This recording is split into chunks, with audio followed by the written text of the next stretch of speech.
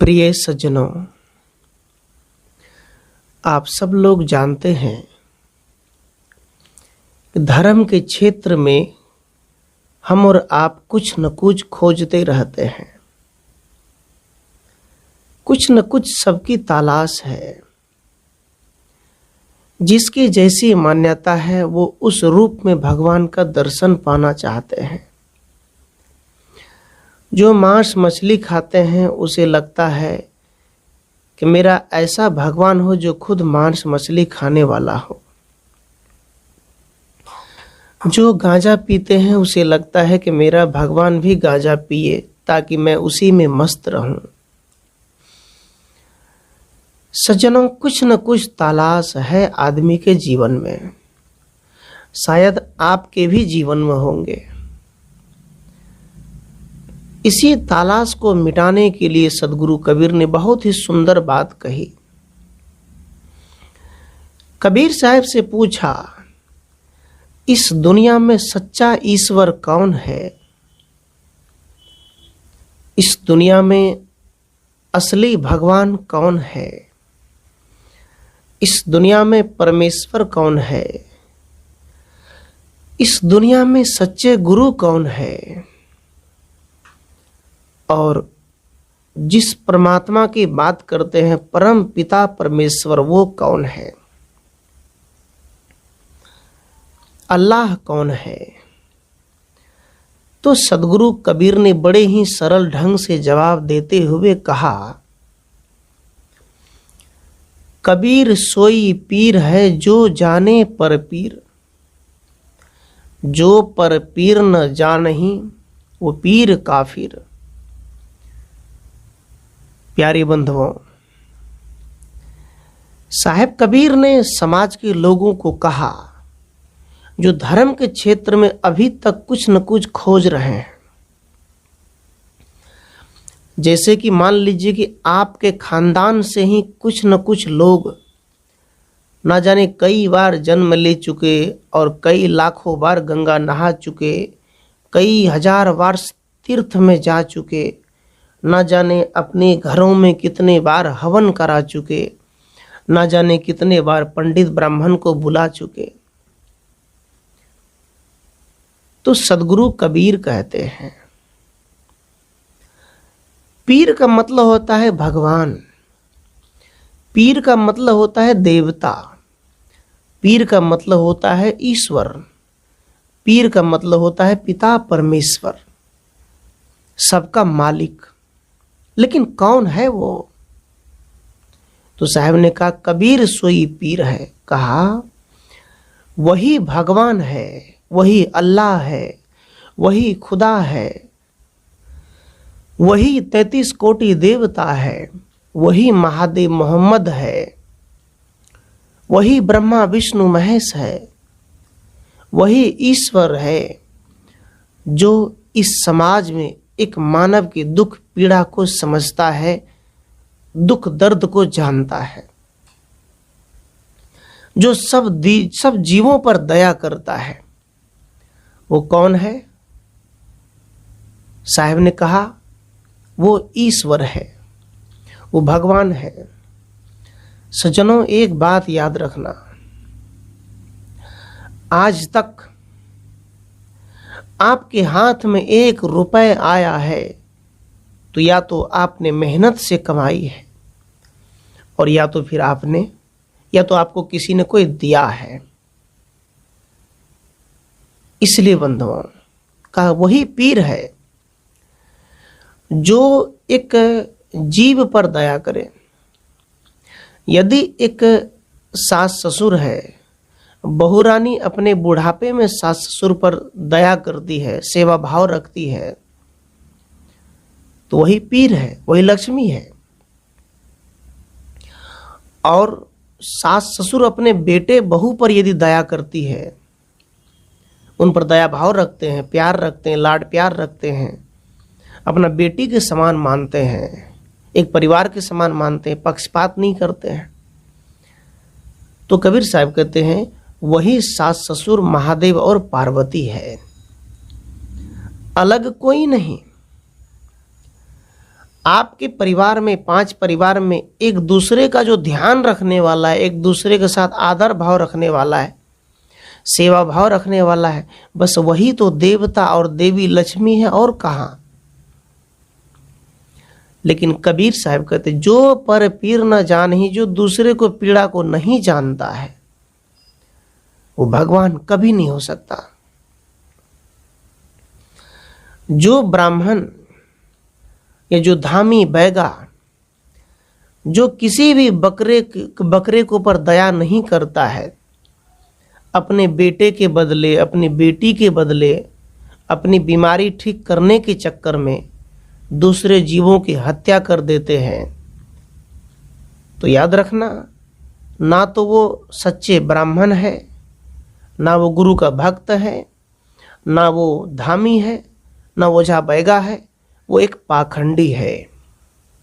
सज्जनों, शायद ही आपको ये बात कड़वी लग सकती है, लेकिन सच बात है। जिस मंदिर के अंदर हमने भगवान को स्थापित कर दिया,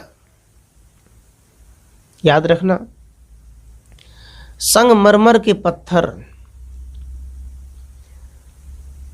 या फिर किसी माटी पत्थर, यदि आपने उसका देवता बना लिया और उस देवता को किसी मंदिर में रख दिया और उसका उद्घाटन कर दिया, प्राण भी डाल दिया और उनके नाम से जय जयकार कर दिया, प्रसाद चढ़ने लग गए और प्रसाद मंदिर में चढ़ाने भी लग गए। लेकिन एक बात याद रखना, जिस व्यक्ति ने पत्थर को लाया, मंदिर में रखा, उसे भगवान बनाया, वो व्यक्ति जब मंदिर जाना शुरू कर दिया, प्रसाद चढ़ाना शुरू कर दिया, जाने आने लग गया, उस व्यक्ति के जीवन में कोई परिवर्तन नहीं दिख रहा है। याद रखना, भगवान की पूजा का मतलब है कि आपकी गांजा भी छूट जाए। भगवान की पूजा का मतलब है कि आपकी तंबाकू छूट जाए। भगवान की पूजा का मतलब है सभी नशा छूट जाए। आप कहेंगे, साहब आप केवल नशा भगवान पे बोलते हैं। अरे भगवान आप ही बनाते हो, आप ही पूजा करते हो। जब आपने उसे भगवान मान ही लिया है तो अपने को भी एक बार भगवान बना लो। केवल पूजने से क्या होगा? केवल पूजते हो। लेकिन एक बात याद रखना, कबीर साहब ने किसी की भगवान की पूजा करके महान नहीं बना। गौतम बुद्ध ने किसी मूर्ति की पूजा करके महान नहीं बना। कबीर से पहले कोई मूर्ति की पूजा नहीं की कबीर साहब ने, और कबीर साहब के पहले भी कोई ज्ञानी रहे होंगे। बुद्ध से पहले भी कोई मूर्ति की पूजा नहीं हुई। लेकिन किसको कहूं, कबीरपंथी भी वही काम कर रहे हैं, बुद्ध को मानने वाले वही काम कर रहे हैं, तो किसे कहा जाए?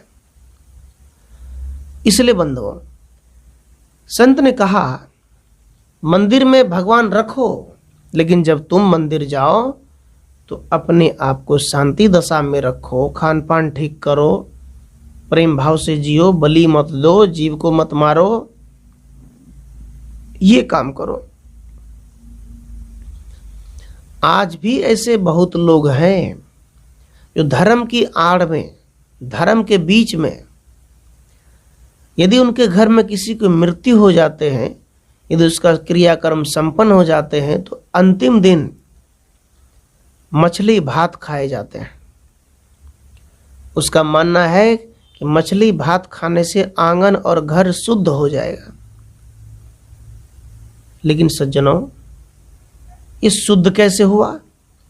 भाई माँ बाप मरे, जिसने आपको जन्म दिया वो मरे तो तुम छुतका मान लिया, अछूत हो गए। भाई जब मछली को मारकर घर में खाए तो शुद्ध कैसे हो गया? अजब विडंबना है ये हमारे धर्म की। ये बात ब्राह्मणों ने आपको बताई। इसलिए प्यारे बंधुओं, कबीर साहब कहते हैं, आज हमारा धर्म हिंदू और मुसलमान, यदि कोई बजरंगबली का झंडा कोई मुसलमान जला दिया या राम का झंडा मुसलमान जला दिया, यदि मुसलमान का झंडा को हिंदू जला दिया, केवल एक कपड़ा को जलाया, लेकिन याद रखना एक कपड़े के जलाने के चक्कर में चाहे मुसलमान की झंडा जले चाहे हिंदू की झंडा जले, लेकिन उस बीच में इंसान की खून बह जाती है। जो धर्म जिसने झंडा बनाया सबसे पहले बड़ा वो है, आपस में मर जाते हैं।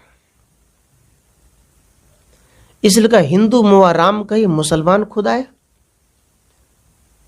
कहते हैं हिंदू राम कहते कहते मर गया और मुसलमान मस्जिद पर अजान देते देते मर गया।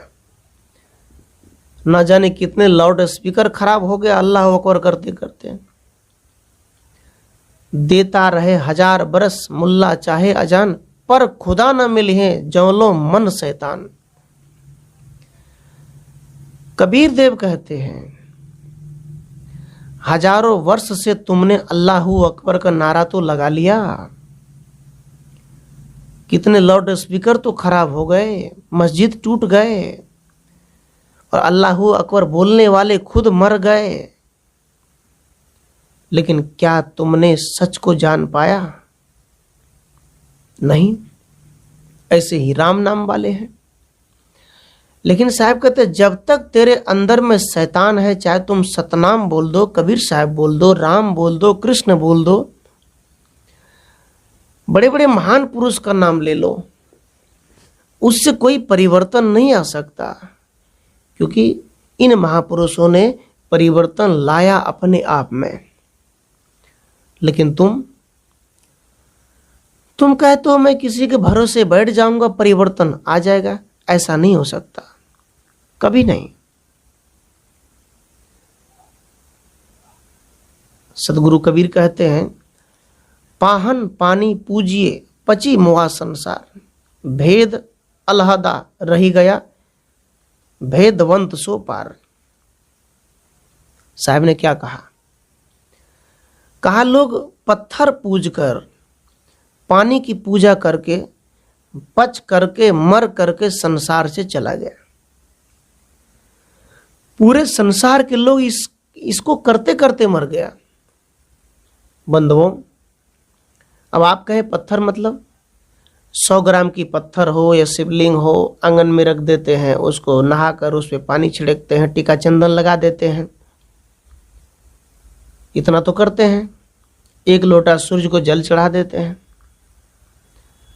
लेकिन यह साहब कहते पाहन पूज कर, अरे पत्थर में माथा रगड़ते रगड़ते तुम मर जाओगे तो तुमको बुद्धि नहीं मिलेगी, ज्ञान नहीं मिलेगा।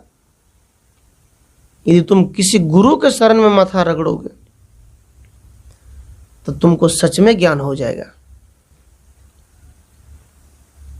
इसलिए साहब ने कहा पाहन पानी पूजी पूजी। पानी का मतलब आजकल बाढ़ आती है, पूरे पानी बिहार को डुबो कर ले जाते हैं, फसल बर्बाद होते, किसान मरते हैं, भूखे मरते हैं, बारिश होती है, लेकिन वही किसान फिर उस पानी की पूजा करते हैं, गंगा मैया। अरे कौन सा गंगा मैया? मैया होती तो तुम पर दया करते, लेकिन तुमने अपनी माँ को लात मारकर एक पानी को मैया बना दिया। अरे पानी पीने का चीज है, उसे साफ रखो। विदेशों में नदियों को साफ रखा जाता है क्योंकि वहाँ माँ नहीं माने जाते। विदेशों में नदी की पूजा नहीं होती है, लेकिन वहाँ की नदी पवित्र है। हमारे भारत देश में नदी को माँ माने जाते हैं, लेकिन उसमें इलाहाबाद, दिल्ली, बड़े बड़े शहरों की गटर की पानी, लेटरिन रूम की पानी सब उसी में जाते हैं। पॉलीथीन फेंकते हैं, नारियल फेंकते हैं, केला के पत्ते फेंकते हैं, दीप जलाकर फेंकते हैं। ये क्या करते हैं? अरे गंगा नदी में दीप जलाकर भसा देने से क्या ज्ञान हो जाएगा? क्या ज्ञान प्रकाश हो जाएगा? क्या उसमें थोड़ा तेल डाल देने से ज्ञान हो जाएगा? अरे उसे साफ रखो, पवित्र रखो, ताकि उसमें कपड़े भी धो सको, स्नान भी कर सको। अब नहाने भी जाते हैं, जीविया करके उसी में फेंकते हैं, मंजन ब्रश करके उसी में फेंकते हैं। इतनी भी बुद्धि नहीं है हिंदुओं को।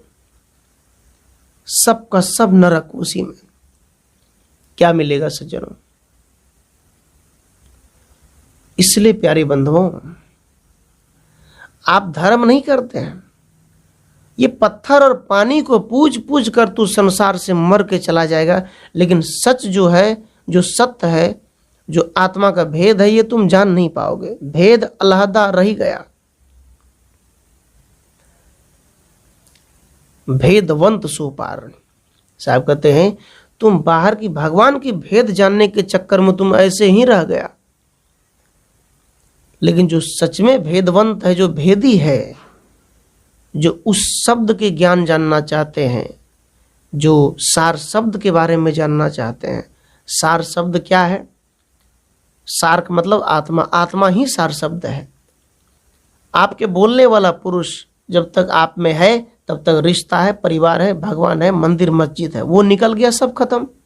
तो सार कौन है? आत्मा। इस आत्मा को जानने के लिए हमें पत्थर के पास जाने की जरूरत नहीं है, किसी गंगा में डुबकी लगाने की जरूरत नहीं है। अरे हमें तो आत्मज्ञानी गुरु के पास जाने की जरूरत है।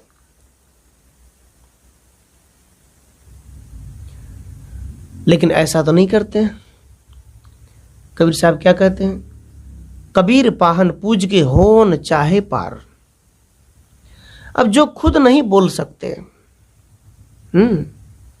मान लीजिए एक नदी पार करना है आपको,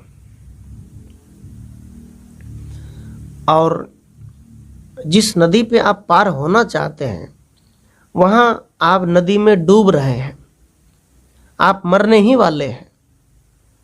लेकिन उसी जगह पे कबीर साहब की मूर्ति है, गौतम बुद्ध की मूर्ति है, उसी जगह पे राम की मूर्ति है, उसी जगह पे कृष्ण की मूर्ति है, उसी जगह पे 33 कोटि देवता की मूर्ति है और आप डूब रहे हैं।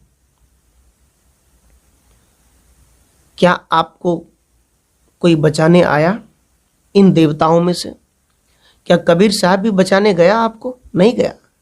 मैं पक्षपात नहीं कर रहा हूं, मैं कबीर पंथी हूं, कबीर के विचार को रखता हूं, लेकिन इसका मतलब ये नहीं कि कबीर साहब आपको बचाने जाएगा। स्वयं कबीर साहब भी एक डूबे हुए आदमी को नहीं बचा सकता, उस जो नदी में डूब रहा है। यदि कोई वहां इंसान हो, कोई, वो छलांग मार के जाएगा, आपको बचा लेगा। अब यहां ये बात आती है कि सदगुरु कबीर, गौतम बुद्ध, ये जो भगवान देवता है, ये आपको कौन से नदी से बचाते हैं? बताइए सज्जनों। ये संत महापुरुष आपको भवसागर की नदी से बचाते हैं। ये कौन सी नदी है? भरम की नदी, माया जाल की नदी, वासना के नींद में सो रहे हो इसका नदी। कबीर साहब की विचार आपको भरम, जाल, भूत, प्रेत, तंत्र, मन, जोना, टोना, टोटकी, ये नदी में जो तुम डूब रहे हो, इस समुंदर से तुम्हें बाहर निकालता है, तुम्हें बाहर खड़ा कर देता है। तुम्हें भूत का डर होता है, डायन चुड़ैल का डर होता है, क्योंकि उस नदी में तुम डूब गए हो। उस बातों को सुन सुन कर तुमने माथा को ग्रसित कर लिए हो, उसी में डूबे हुए हो।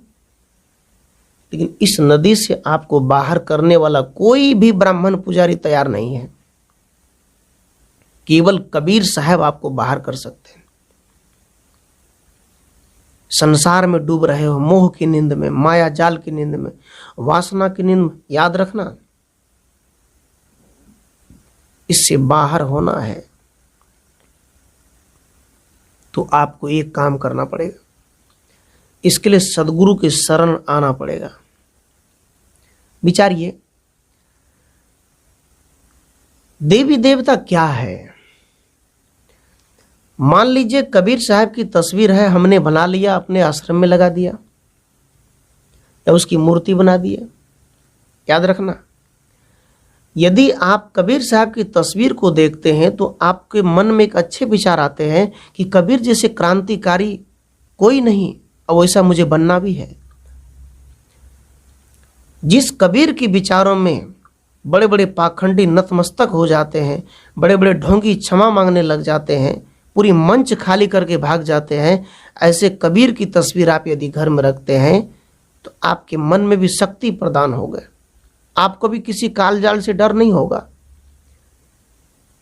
तो कैसे? कबीर साहब की तस्वीर रखो, लेकिन उसके ज्ञान को अनुसरण करो। केवल तस्वीर रख दिए, थोड़ा धूप बत्ती जला दिए, 1008 दिया जला दिए, 108 दिया जला दिए, थोड़ी नारियल फोड़ दिए, थोड़ी चौका कर लिए, इससे बोध नहीं हो सकता। ये कबीर पंथियों का लक्षण नहीं है। इसी प्रकार राम की बात है, कृष्ण की बात है। यहां तस्वीर की विरोध नहीं है, तस्वीर आप घर में रखिए, लेकिन उस तस्वीर के साथ अपने जीवन को बनाइए, अपने आप को ढालिए। तो साहब ने क्या कहा, पाहन को क्या पूजिए जो नहीं दे जवाब। यदि आपके बेटा बीमार पड़ जाए, आपके बेटे मर जाए, उस देवता के पास आप जाकर कहो ये कैसे हुआ, घर में चोर कैसे आया, ये बीमार कैसे पड़ गए, ये मर कैसे गए, आप कहाँ गए थे। वो देवता आपको जवाब नहीं देंगे, वो कुछ नहीं बोलेंगे, समझे, कुछ नहीं कह सकते, क्योंकि आपने बनाया है और आपकी बनाई गई चीज आपकी रक्षा नहीं कर सकते। हाँ, यदि आपने एक पुत्र को जन्म दिया है, एक बेटी को जन्म दिया है, एक अच्छे बहू घर में लाए हैं, यदि उस पुत्र के साथ उनको अच्छा संस्कार दिए गए तो याद रखना वो आपकी रक्षा करेंगे, आपकी सेवा करेंगे, आपकी बात मानेंगे, आपके बुढ़ापे में साथ देंगे। यदि आपने एक अच्छे बहुरानी लाई घर में, अच्छे संस्कार किए, तो आपकी सेवा करेंगे, क्योंकि आपने पुत्र को जन्म दिया है। उस पुत्र से आपको आशा है कुछ मिलने का, कुछ लेने देने का, कमा के देंगे, सेवा करेंगे। लेकिन जिस देवता को हम और आप बनाते हैं, हाथों से खरीद कर लाते हैं, पत्थरों को बनाते हैं, उस देवता से आप अपने जीवन में कोई भी आशा छोड़ दो, वो कुछ दे नहीं सकते। इसलिए कहा, जो मक्खी नहीं हाँक सकते, जो कुछ वचन नहीं दे सकते, जो ये नहीं कह सकते बेटी खुश रहो, बेटा खुश रहो, आशीर्वाद है, ये नहीं कह सकते, जो आपको पढ़ाई का ज्ञान नहीं दे सकते, आपको कोई ज्ञान बुद्धि नहीं दे सकते, ऐसे देवताओं पर हम पूरा जीवन समर्पित कर देते हैं, क्या होगा, क्या मिलेगा इससे, कुछ नहीं। इसलिए कहा, अंधा नर आशामुखी यूं ही खोवे आव। अंधा नर आशामुखी होते हैं, लेकिन एक बात याद रखना, यदि आप नरसिंह भगवान की पूजा करते हैं या गहिल बन्नी काली दुर्गा चंडी की पूजा करते हैं, कुल देवता की पूजा करते हैं, बाबा नाम केवलम करते हैं, अनेकों देवी देवता की चाहे सदगुरु से जुड़े हुए हैं, तो आप हवन करते हैं, घी जलाते हैं। अरे घी खाने की चीज है, जलाने की नहीं है ना, खाओ उसे, आपने सबको दो रोटी में लगाकर।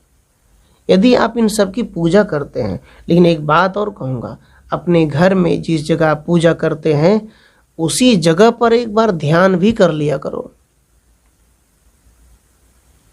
सज्जनों, ध्यान कर लेने से हमें आत्मविश्वास बढ़ता है, आत्मबल बढ़ता है। जब आंखें बंद होती है तो अंतर्मुख होते हैं, और अंतर्मुख जब होते हैं तो साहब कहते हैं हमें वो असली दर्शन होता है, असली भगवान का दर्शन होता है। इसलिए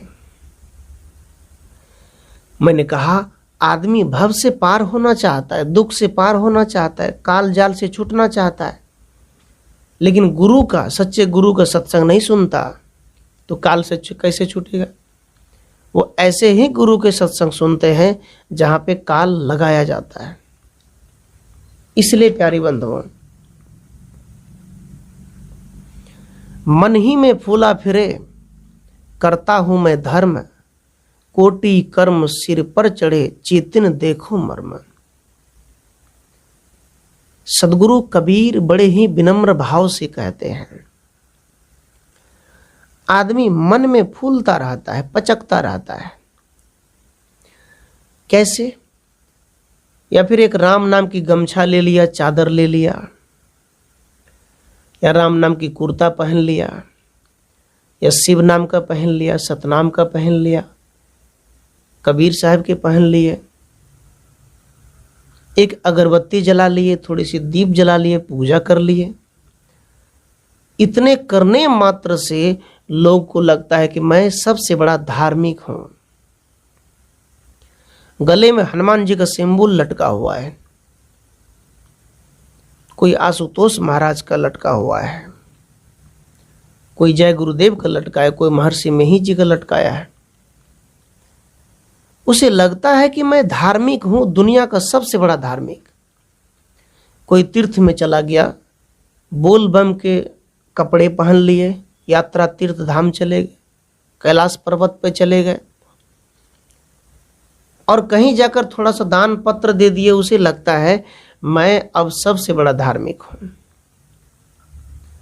लेकिन एक बात याद रखना, वो धार्मिक नहीं है। स्वयं को जानने वाला व्यक्ति और अपने आत्मा में स्थिर रहने वाला व्यक्ति, अपने स्वरूप को जानने वाला व्यक्ति, अपने ही घर में परिवार को देवता मानने वाला व्यक्ति, अपने घर को मंदिर बनाने वाला व्यक्ति ही अच्छे धार्मिक है, सच्चे धार्मिक है। जो दया को धारण करे, प्रेम को धारण करे, एकता को धारण करे, ऐसे व्यक्ति धार्मिक है। कोटिन कर्म सिर पर चढ़े, चेतिन देखो मर्म। साहब कबीर कहते हैं, बड़े बड़े तिलक चंदन धारी तो कर लिए, किंतु मुर्गा बकरा पिरवा सब चलता है, नशा पत्ती सब चलता है। अपने सिर पर पाप कर्म खड़ा है, सिर पर पाप की मोटली है, उस पाप को धोना नहीं चाहता, लेकिन वो पूजा कर रहा है, लेकिन चेत नहीं रहा है। कबीर देव कहते अरे चेतो, होश में आओ। जैसे मान लीजिए कोई व्यक्ति खड़ा है, बैठा है, लेकिन वो झपकी ले रहा है, कहीं सत्संग सुन रहा है, इसका मतलब चेता हुआ नहीं है तो सत्संग में, चेता हुआ नहीं है, सुन नहीं रहा है। इसी प्रकार आप तो धार्मिक हैं, धर्म करते हैं, बड़ी बड़ी पूजा पाठ करते हैं, सूरज को जल देते हैं, देवता की पूजा करते हैं, बहुत कुछ करते हैं, लेकिन उसके बाद आपके खान पान में सुधार नहीं है, बोलने चालने में सुधार नहीं है, आपकी कर्म आचरण ठीक नहीं है, तो सदगुरु कबीर क्या कहते हैं? वो कहते हैं जब इतना कुछ ठीक नहीं है तो इसका मतलब तुम होश में नहीं हो, बेहोश हो, जागृत अवस्था में तुम नहीं हो। इसलिए प्यारी बंधुओं, हम सबको धर्म करने पर अभिमान नहीं करना चाहिए, वो धार्मिक नहीं है। मनुष्य को कर्म करना चाहिए, स्वाभिमानी होनी चाहिए। स्वाभिमानी का मतलब एक अभिमानी, दूसरा स्वाभिमानी। अभिमानी का मतलब होता है घमंड करना, दूसरों से जलना, धन का घमंड, पद का घमंड, रूप का घमंड, अभिमानी का लक्षण है ये। लेकिन स्वाभिमानी व्यक्ति कितना भी अच्छा कर्म कर ले, दूसरों की सेवा कर, लेकिन अभिमान नहीं करता, घमंड नहीं करता। स्वाभिमानी मतलब अंदर से, पवित्र भाव से, निर्मल मन से प्रभु की आराधना करो, साधना करो, भक्ति करो। निर्मल मन से भक्ति करने वाला व्यक्ति और सच्चे मन से ध्यान करने वाला व्यक्ति, अपने आप में स्थिर शांत व्यक्ति ही कहते हैं अपने आप को जान सकता है, अपने आप को पहचान सकता है, अन्यथा और कोई नहीं। इसलिए सज्जनों, मैं आप सबके बीच कुछ दोहा पर निवेदन किया कि दोहा कि जिस देवता की पूजा करते हैं उसके बारे में जान लो कि देवता कौन है। मंदिर ठीक है, मस्जिद ठीक है, लेकिन उसमें बलि ना हो, हत्या ना हो, और सभी मनुष्य के साथ प्रेम भाव, सबके साथ संपन्नता से रहें, प्रेम आदर से रहें, मनुष्य को मनुष्य समझा जाए, हिंदू मुसलमान में लड़ाई ना हो, अल्लाह ना बड़ा ना राम, सबसे बड़ा इंसान। अरे तूने अल्लाह कहा, तूने राम कहा, तो तुम्हारे अंदर से आवाज़ आई, तो तुम्हारे अंदर से जो आवाज़ आ रही है ये बड़ा है कि अल्लाह बड़ा है? नहीं, तुम बड़े हो पहले, और तुम्हारे बाद कोई अल्लाह या भगवान नहीं है। तुम मनुष्य हो, तुम अपने आप को भगवान बना लो, अपने कर्मों के सुधार कर लो, बस हो गया भजन। फिर हमें भगवान ईश्वर खोजने की जरूरत नहीं पड़ेगी, हमें कहीं भटकने की जरूरत नहीं पड़ेगी, हमें कहीं गिड़गिड़ाने की जरूरत नहीं पड़ेगी, हमें कहीं किसी के पास माथा पटकने की जरूरत नहीं पड़ेगी। सज्जनों, मैं आप सबके बीच कुछ देर निवेदन किया। यदि आपको ये विचार अच्छा लगा तो आप चैनल को सब्सक्राइब कर लें और आपके अंदर बैठे राम को 3 बार साहिब बंदगी साहिब, साहिब बंदगी साहिब।